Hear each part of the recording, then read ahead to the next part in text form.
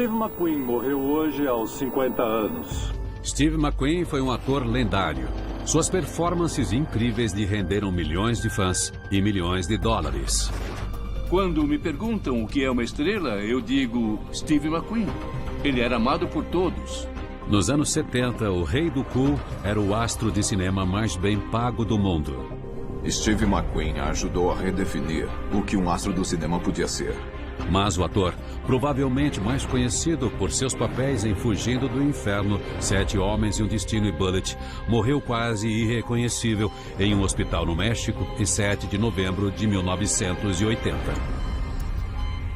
O mundo perdeu uma pessoa realmente grandiosa quando ele morreu. Sua morte alimentou boatos fantásticos e teorias da conspiração. Me disseram que um agente do governo tinha entrado e colocado uma substância coagulante no soro dele. Eu vou investigar a verdade sobre a morte do Steve McQueen e eu vou tentar revelar exatamente o que aconteceu com esse grande astro durante os últimos meses, dias e horas da vida dele.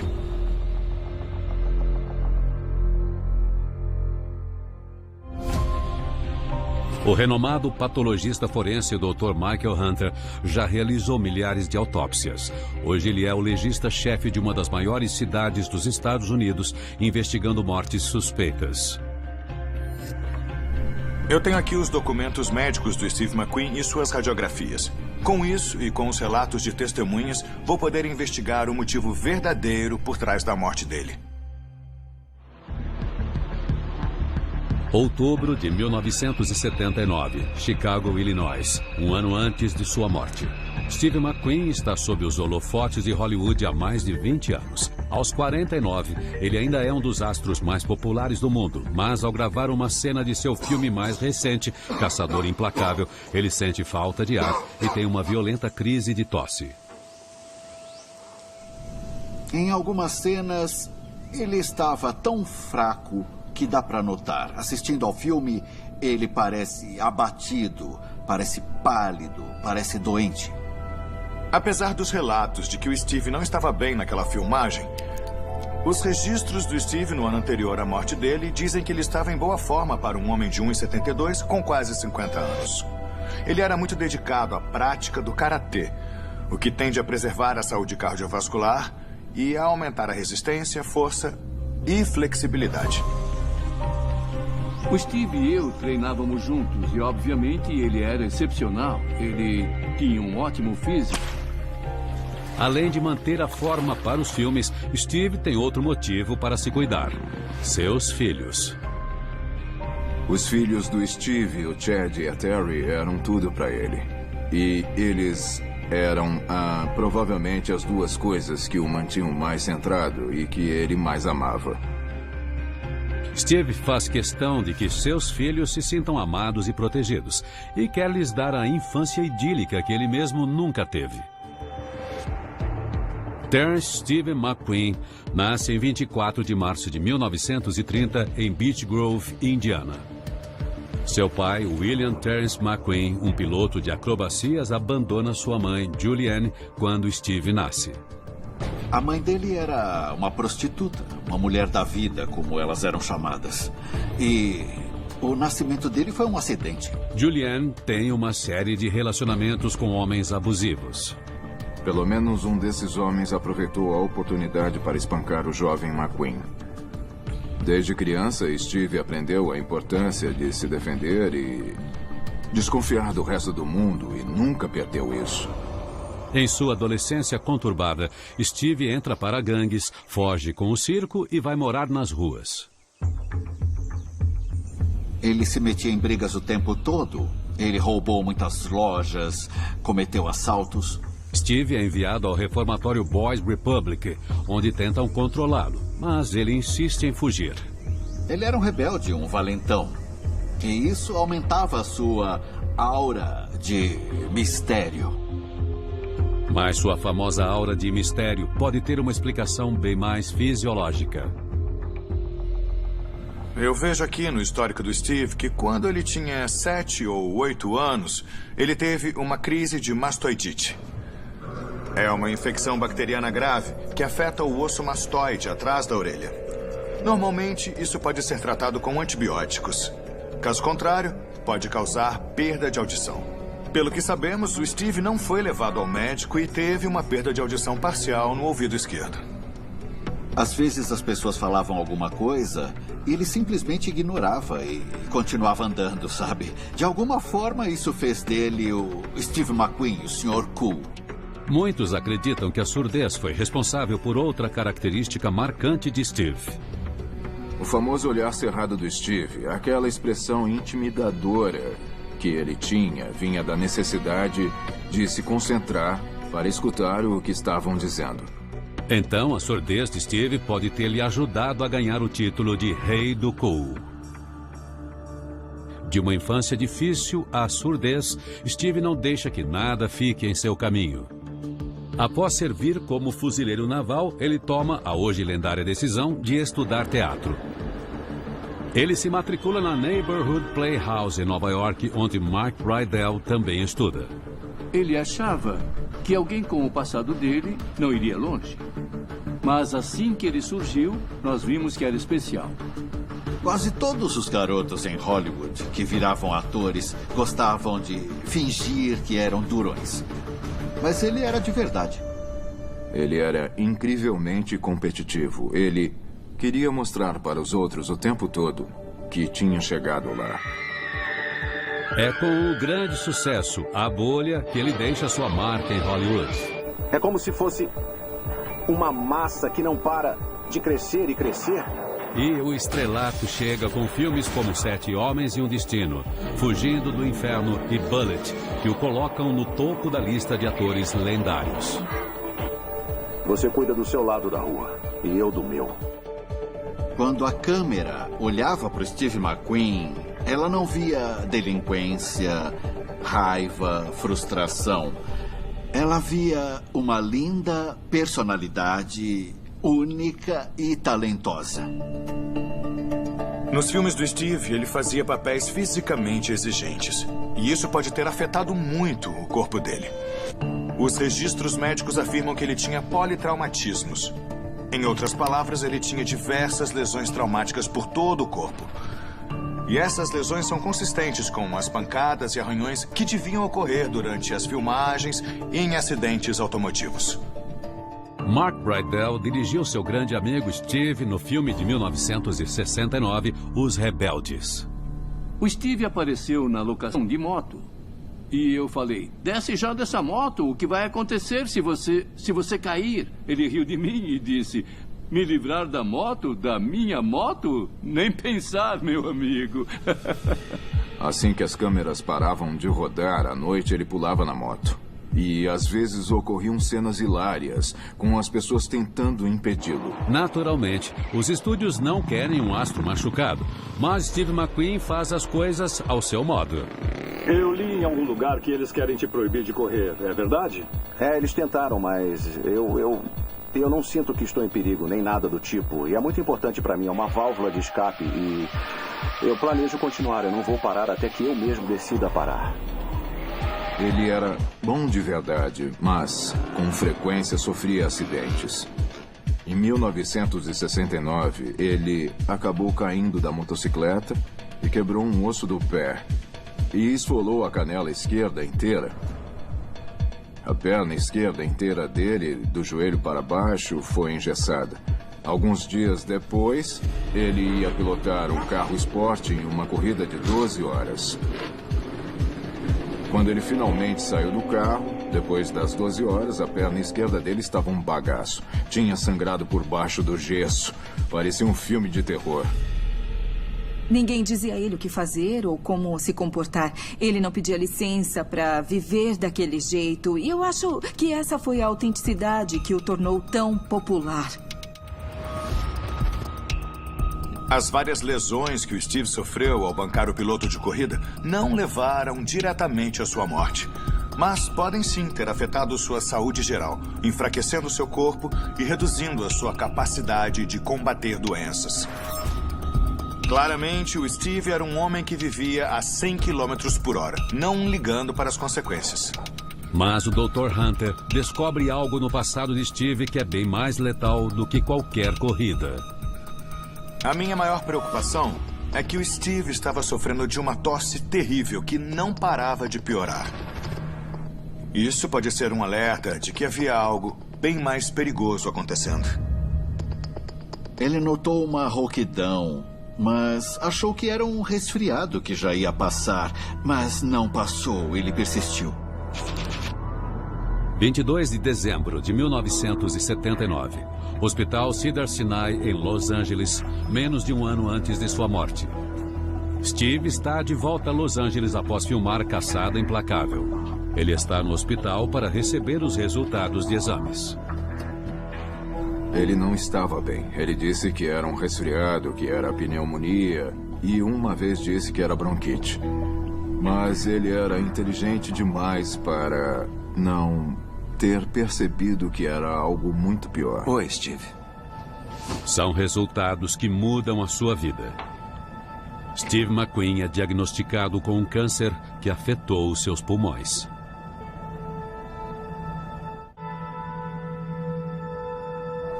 Dá pra ver nas radiografias do Steve, feitas vários meses antes da morte dele, que o câncer tinha se instalado no pulmão direito e estava se espalhando agressivamente. Ao buscar uma explicação para um câncer que envolve os pulmões, minha primeira pergunta é: o paciente fuma? O histórico médico do Steve afirma que antes do diagnóstico, ele era um fumante crônico de 2 maços a 5 maços por dia quando estava estressado. Isso dá cerca de 100 cigarros por dia, o que é uma quantidade impressionante.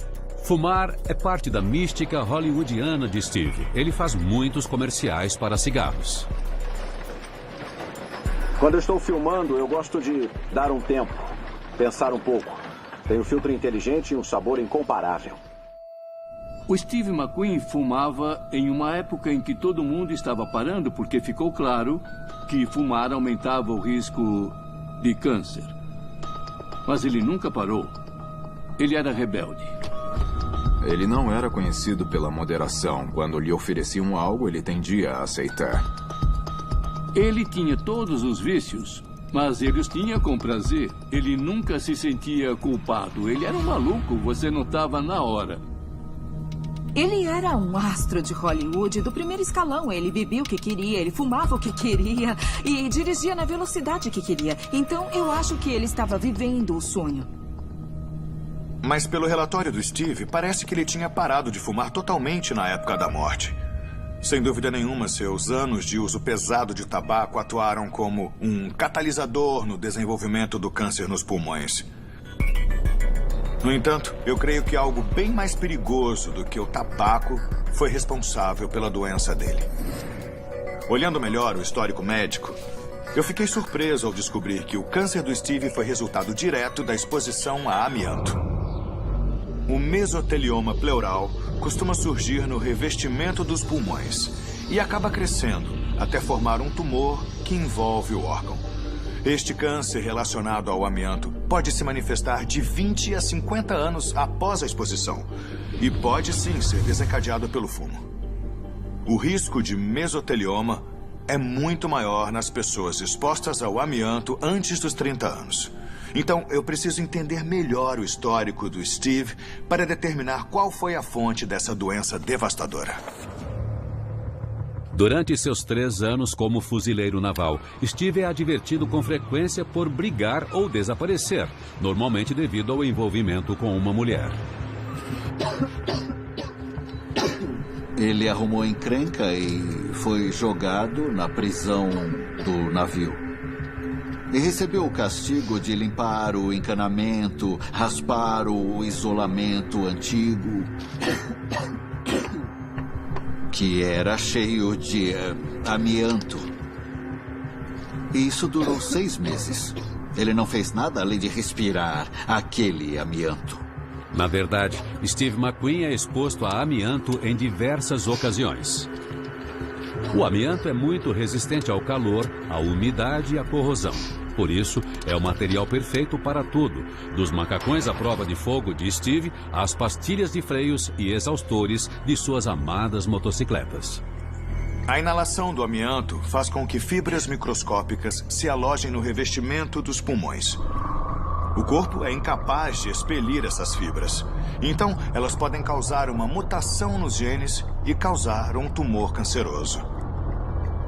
Como o mesotelioma não é isolado, o tratamento é muito mais difícil do que o de outros cânceres. Ele se espalha. As decisões que Steve toma a seguir podem ser cruciais para retardar sua morte. Os médicos de Los Angeles sugerem que ele faça o tratamento padrão com quimioterapia. Ofereceram quimioterapia a ele e ele decidiu não fazer depois de ouvir os efeitos colaterais. Então ele não recebeu nenhum tratamento convencional. A quimioterapia costuma ser a forma mais aconselhada pelos médicos de se controlar ou destruir a maioria dos cânceres. As drogas da quimioterapia citotóxica prejudicam o crescimento e divisão das células cancerosas, mas também podem afetar as células normais. Quase sempre as células saudáveis se recuperam dos danos causados pela quimioterapia, mas as células cancerosas não e acabam morrendo. Supostamente, o Steve não gostava da ideia de injetar substâncias no corpo, então ele rejeitou a quimioterapia. Aí, depois disso, os médicos passaram a achar que não tinham mais como ajudá-lo. Quando os médicos falaram que ele não tinha como vencer, a reação imediata dele foi: vão se ferrar. Não. Eu me viro. Não. Janeiro de 1980, Los Angeles. Após rejeitar os conselhos médicos, Steve decide ignorar seu diagnóstico de câncer. Ele sabia que era grave, mas houve um período em que, por pura teimosia, ou medo, ou uma combinação de coisas, ele não quis lidar com isso. Eu acho que ele não acreditou porque não combinava com quem ele era. Ele era um cara durão, ele era um sobrevivente. Ele não era alguém que ficava doente e morria. O mesotelioma não é uma doença que você pode ignorar.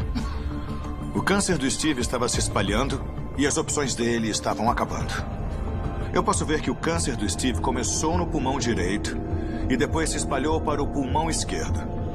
Aí, infiltrou os nódulos linfáticos do lado esquerdo do pescoço e, alguns meses após o diagnóstico, se concentrou no abdômen, causando uma enorme distensão.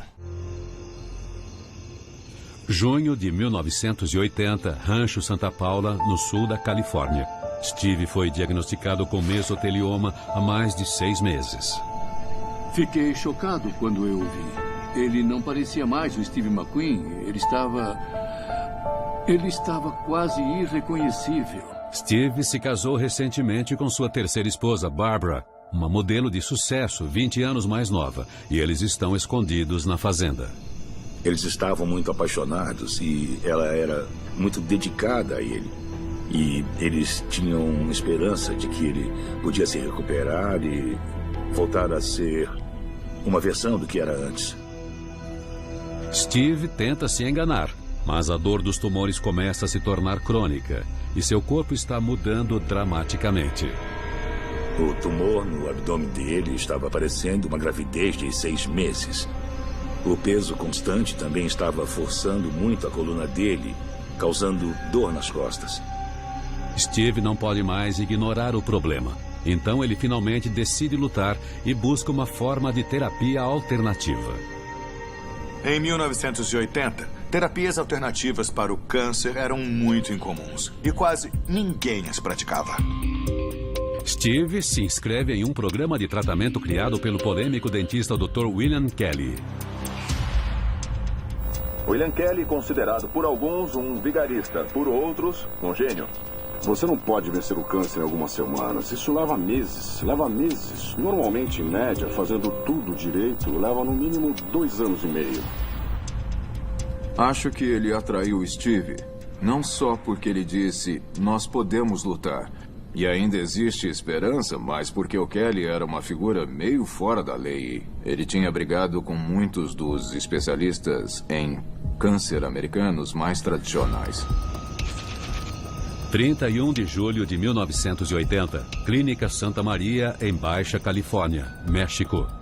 Pouco mais de 3 meses antes de sua morte. Tudo bem, Steve? O programa de terapia alternativa do Dr. Kelly usa substâncias banidas nos Estados Unidos. Então ele envia Steve ao México para ver seu colega, o Dr. Dwight McKee. Era um lugar onde tínhamos toda a liberdade para tentar qualquer coisa em termos de terapia para curar o câncer. Nós tínhamos esperança àquela altura de que ele podia sobreviver. Estes documentos médicos revelam informações sobre a terapia alternativa do Steve. E um dos tratamentos mais estranhos era a administração de lavagens intestinais com café. Acreditava-se que isso estimularia o cólon e o fígado a processar as toxinas. Eu não estou convencido de que as mudanças na flora bacteriana do Steve o ajudaram a combater o câncer. Mas algumas partes do regime de tratamento podem ter ajudado um pouco. O Steve tomava cerca de 100 comprimidos por dia como parte do programa Kelly. Eram todos suplementos. Fazia lavagem intestinal com café todos os dias. As pessoas veem essas lavagens como algo estranho. Por que alguém faria isso? Mas o Steve as esperava ansiosamente. Ele também come frutas e legumes orgânicos e consome vitaminas de frutas regularmente. Os suplementos e vitaminas forneciam a nutrição necessária. E acredita-se que podem fortalecer o sistema imunológico. Isso pode ter deixado o corpo do Steve mais forte, mais resistente e mais capaz de enfrentar o câncer. Não se sabe se a Leatril é parte do tratamento. Essa droga, é claro, tem causado muita polêmica nos Estados Unidos. O relatório hospitalar do Steve indica que ele recebeu injeções de Leatril. A Leatril é uma forma de uma substância natural chamada amidalina, que é encontrada em nozes cruas, nas sementes de várias frutas e na semente do damasco. Ela era, e ainda é, tão polêmica porque contém cianeto, que é um veneno. Como resultado, a Leatril foi banida nos Estados Unidos. Mas há um lugar onde a Leatril ainda é legal. No México. Pessoas ricas pagavam milhões de dólares na esperança de salvar a própria vida. Quando você tem dinheiro, você daria tudo o que tem a eles para receber de volta esse dom da vida. Na minha opinião, a Leatril não deve ter causado a morte dele. No entanto, a dose altamente concentrada de cianeto na Leatril pode ter afetado a oxigenação do organismo, dificultando muito a respiração dele, em vez de combater o câncer. Outubro 1980. Após 3 meses de terapia alternativa, o Dr. McKee acredita que Steve começou a melhorar. Obrigado. Nós fizemos uma radiografia do peito logo depois que ele chegou e fizemos outra logo antes dele partir. Dava para ver que o tumor no pulmão tinha diminuído consideravelmente. Que bom, que maravilha. Se era verdade que o tumor do Steve tinha diminuído como o Dr. McKee acreditava, seria algo extraordinário e muito incomum. Qualquer que fosse o seu estado, a imprensa logo fica sabendo dos tratamentos alternativos de Steve. Muitas pessoas dizem que o suposto tratamento que o ator Steve McQueen está recebendo em um hospital no México não passa de uma fraude. Os tabloides dançaram de alegria. Afinal, era um grande astro de Hollywood, vivendo um drama médico em uma clínica mexicana. E a opinião pública ficou polarizada. Alguns achavam que ele estava louco e outros lhe davam crédito pela coragem de fazer algo que outras pessoas não teriam feito. A primeira esposa dele, Neil, pensou seriamente em organizar uma operação de resgate para literalmente pegar Steve, colocá-lo num helicóptero e levá-lo para a segurança de um hospital tradicional. Ele foi ridicularizado pela mídia, mas por achar que estava certo, ele não se deixou abalar e foi até o fim. E é isso que resume a personalidade do Steve McQueen. Steve finalmente concorda em dar um depoimento à imprensa mundial.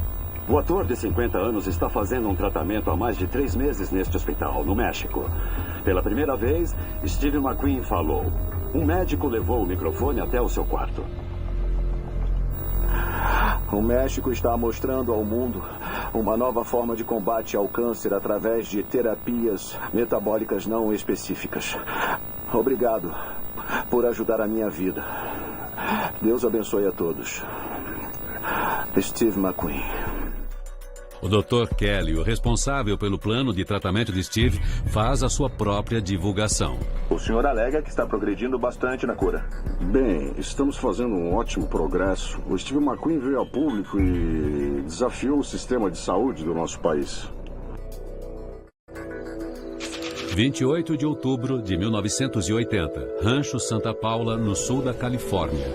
Pouco mais de uma semana antes de sua morte. Para fugir da cobertura da imprensa sobre a sua doença, Steve e Barbara retornam ao refúgio de seu lar. Eles são acompanhados pelo Dr. Dwight McKee, Tina, a técnica metabólica de Steve, e sua enfermeira, Annie, que o ajudam a continuar lutando contra o câncer.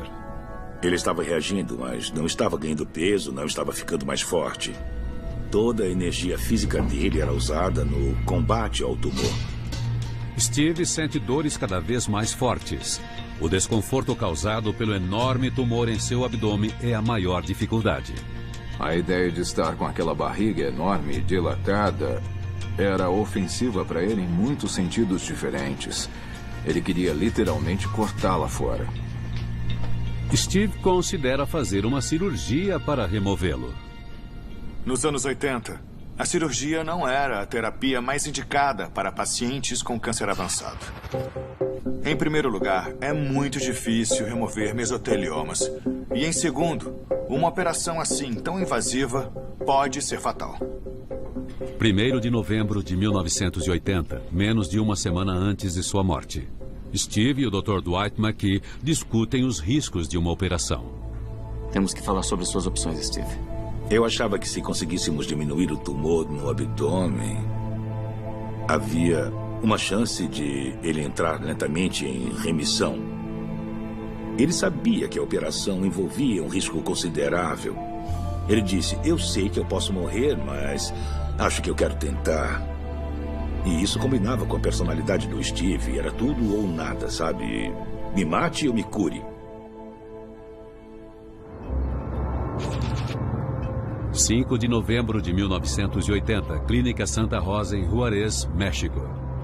2 dias antes de sua morte. Steve aguarda uma operação que promete aliviar a dor e o desconforto causados pelos seus enormes tumores. Eu sabia que os cirurgiões americanos nem tocariam nele. E eu conhecia um cirurgião mexicano em Juárez que tinha operado vários dos pacientes do Kelly que tinham tumores enormes. E eles tinham se recuperado. Steve tem o apoio da esposa Barbara e de seus filhos Chad e Terry do seu primeiro casamento. Tudo certo? Quando ele chegou à Clínica Santa Rosa, a frequência respiratória dele estava altíssima. Ele estava respirando 32 vezes por minuto. A taxa normal é entre 14 e 16 vezes por minuto. Então, ele estava respirando muito rápido. Às 8 da noite, Barbara, Terry e Chad se despedem. Steve precisa descansar. Amanhã é o dia de sua grande operação. E Steve, sua família e a equipe médica têm esperanças de que ele sobreviva. Steve McQueen tinha um câncer chamado mesotelioma pleural. Ele tinha se espalhado dos pulmões para o pescoço, por todo o abdômen, e estava envolvendo a maior parte dos órgãos principais. Aí ele decidiu fazer uma operação para remover os tumores salientes. Mas operar um paciente de câncer em estado tão avançado era altamente arriscado. 7 da manhã de 5 de novembro de 1980, menos de 24 horas antes da morte de Steve. O Dr. César Santos Vargas, um especialista em coração e rins, está pronto para realizar a cirurgia. Steve está sendo preparado para entrar na faca. O Dr. Vargas disse a ele que ia abrir seu abdômen e resolver com segurança a maior parte possível do tumor. Depois que o Steve decidiu que faria a cirurgia, ele nunca mais hesitou. A caminho da cirurgia, Steve faz sinal de positivo para o Dr. Vargas, desejando-lhe sorte.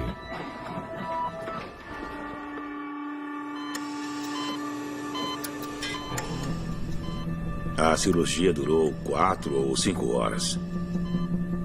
O Dr. Vargas fez um trabalho muito meticuloso com as mãos, removendo o tecido solto do tumor, dos órgãos vitais e removendo o máximo possível. Toda aquela massa de tumor infiltrado que estava dentro e ao redor de tudo. E ele removeu praticamente 2 quilos de tumor. A família de Steve aguarda notícias. Eles estão cientes de que a operação é arriscada. O Dr. Vargas fechou a incisão. O anestesista desligou a anestesia. O Steve acordou em 5 ou 10 minutos. Ele passou pela cirurgia sem problemas. A primeira coisa que ele fez foi olhar para a barriga e ver que estava lisa. Ele deu um sorriso enorme e fez joia. Os sinais vitais dele estavam bons e tudo estava transcorrendo bem. Milagrosamente, Steve sobrevive à operação. Com licença? Vocês querem vê-lo? Sim, sim. Eu chamei a Terry, o Chad e a Bárbara para o quarto e eles ficaram muito felizes em vê-lo. Deram beijos nele. Steve McQueen pode ter sobrevivido à operação, que era um procedimento extremamente invasivo. Quando eles os abriram, removeram partes de vários órgãos, incluindo o pulmão, o fígado e o cólon. Meu medo é que no pós-operatório ele estivesse muito suscetível a infecções. Por volta das 2 da tarde de 6 de novembro de 1980, Steve é levado de volta ao seu quarto de hospital. Ele está fortemente sedado, mas quando acorda, parece estar de bom humor. Nós achávamos que o maior risco era a cirurgia. Então estávamos todos, em clima de celebração. Às 15 para 6 da tarde, Terry e Chad se despedem de seu pai e Barbara de seu marido. É a última vez que verão Steve McQueen com vida. Eu te amo muito. O Dr. McKee, Tina e Annie continuam observando Steve. Eles checam seu pulso, respiração e o coração. Pouco antes da meia-noite, a respiração de Steve torna-se cada vez mais irregular e eles aumentam o oxigênio. Ele se acalma depois que Tina lhe dá gelo. Alguns minutos depois, o cirurgião Dr. Vargas chega para avaliar seu paciente. O Dr. Vargas disse que os sinais vitais dele estavam bons e estáveis e eles levaram o equipamento de monitoração embora. Todo mundo estava bem contente. É intrigante que depois de uma cirurgia como aquela, o cirurgião tenha removido o equipamento de monitoração. Isso tornaria muito difícil detectar qualquer mudança na condição do Steve. Por volta das 2 da manhã, Tina e Annie estão exaustas. Então, elas se sentam e logo caem no sono. Em seguida, o Dr. McKee faz o mesmo. Por volta das 3 horas, eu percebi que tinha cochilado por alguns minutos. Eu olhei para o Steve e ele não parecia bem. Então eu chequei e vi que ele não estava respirando e não tinha pulso. Eu acordei a Annie e a Tina e liguei para o Dr. Vargas. Eu comecei a reanimação cardiopulmonar.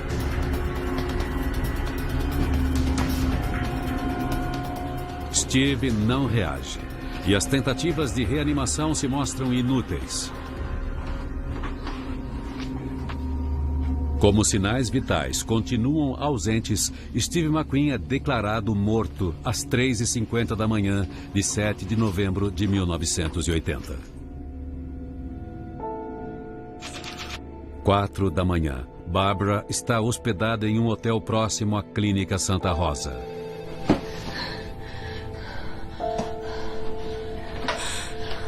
Alô?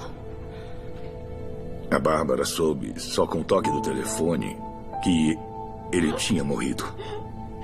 E ela ficou muito abalada.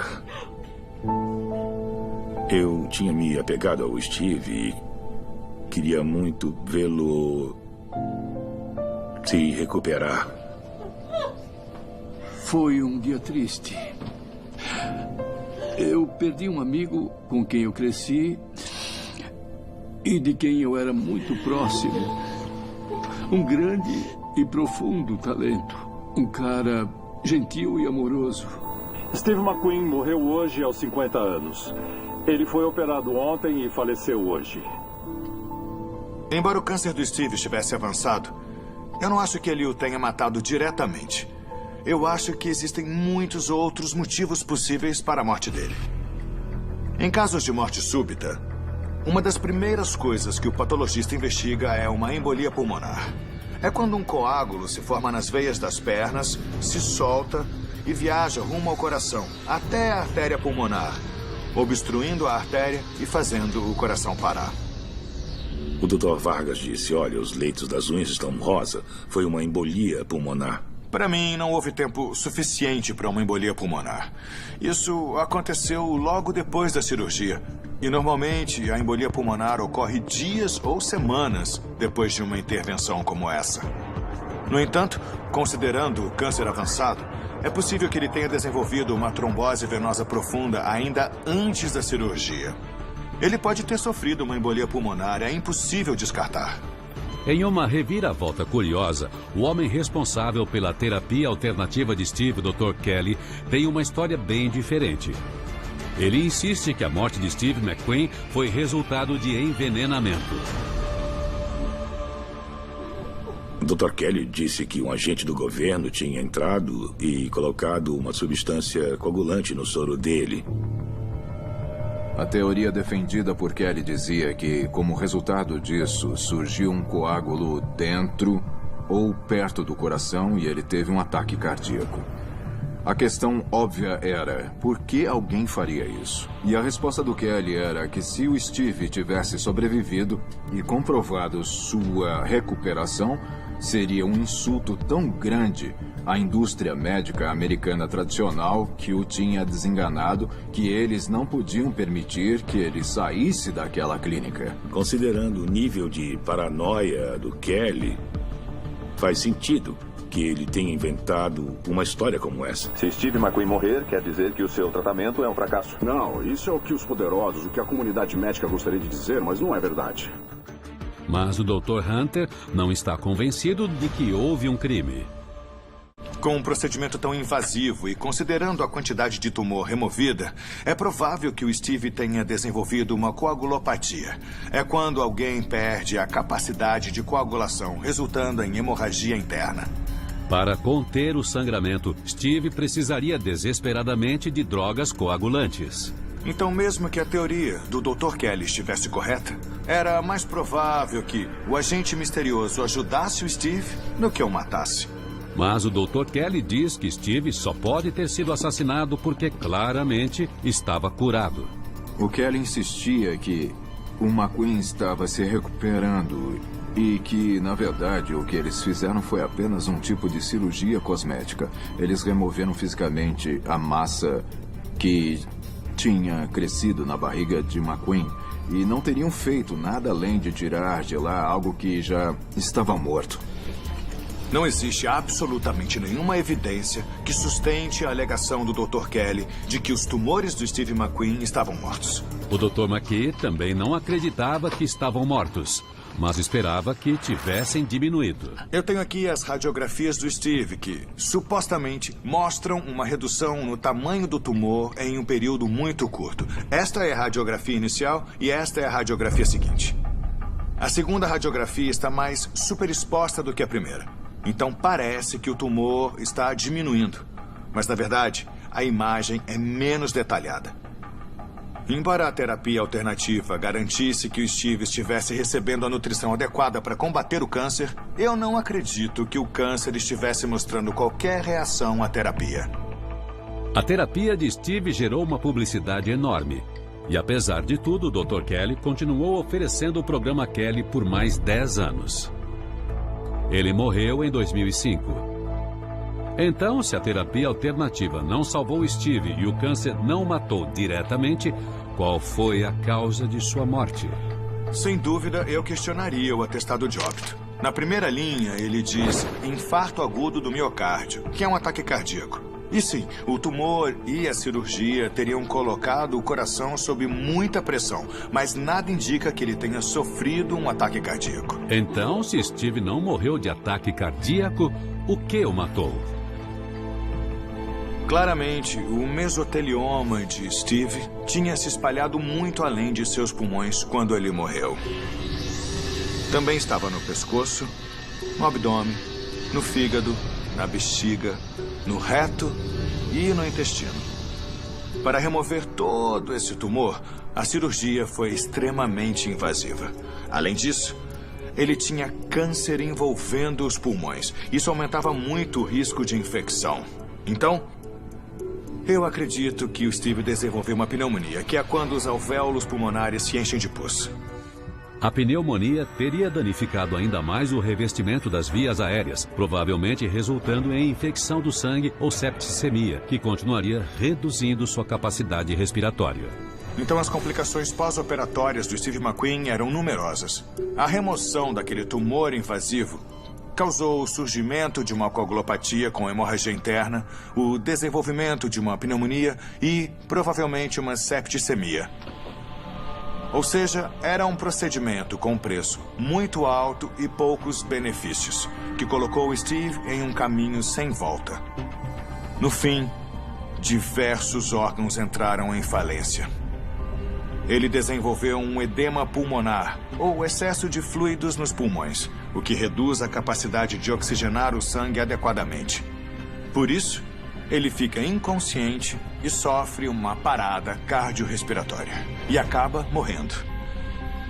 Na minha opinião, o Steve não iria sobreviver ao mesotelioma, mas o procedimento cirúrgico tanto facilitou quanto acabou acelerando a morte dele. Uma vez, Steve McQueen disse que se fizessem um filme sobre sua vida, ele deveria se chamar Fugindo do Inferno. Ele tinha escapado de uma infância difícil. Tinha escapado de acidentes de carro e moto. Ele tentou escapar do câncer, mas foi a única coisa da qual não conseguiu escapar. Eu tenho muito carinho e admiração pela coragem dele, pela tenacidade dele. Ele realmente aguentou firme e fez tudo o que podia para melhorar. Ele dizia com frequência que ia morrer jovem. Então ele tinha que aproveitar, tinha que pisar fundo e ver o que acontecia. Eu tenho muito orgulho de ter conhecido Steve, muito orgulho de ter dirigido Steve. E acho que o mundo perdeu alguém grandioso quando ele morreu. Versão brasileira Vox Mundi.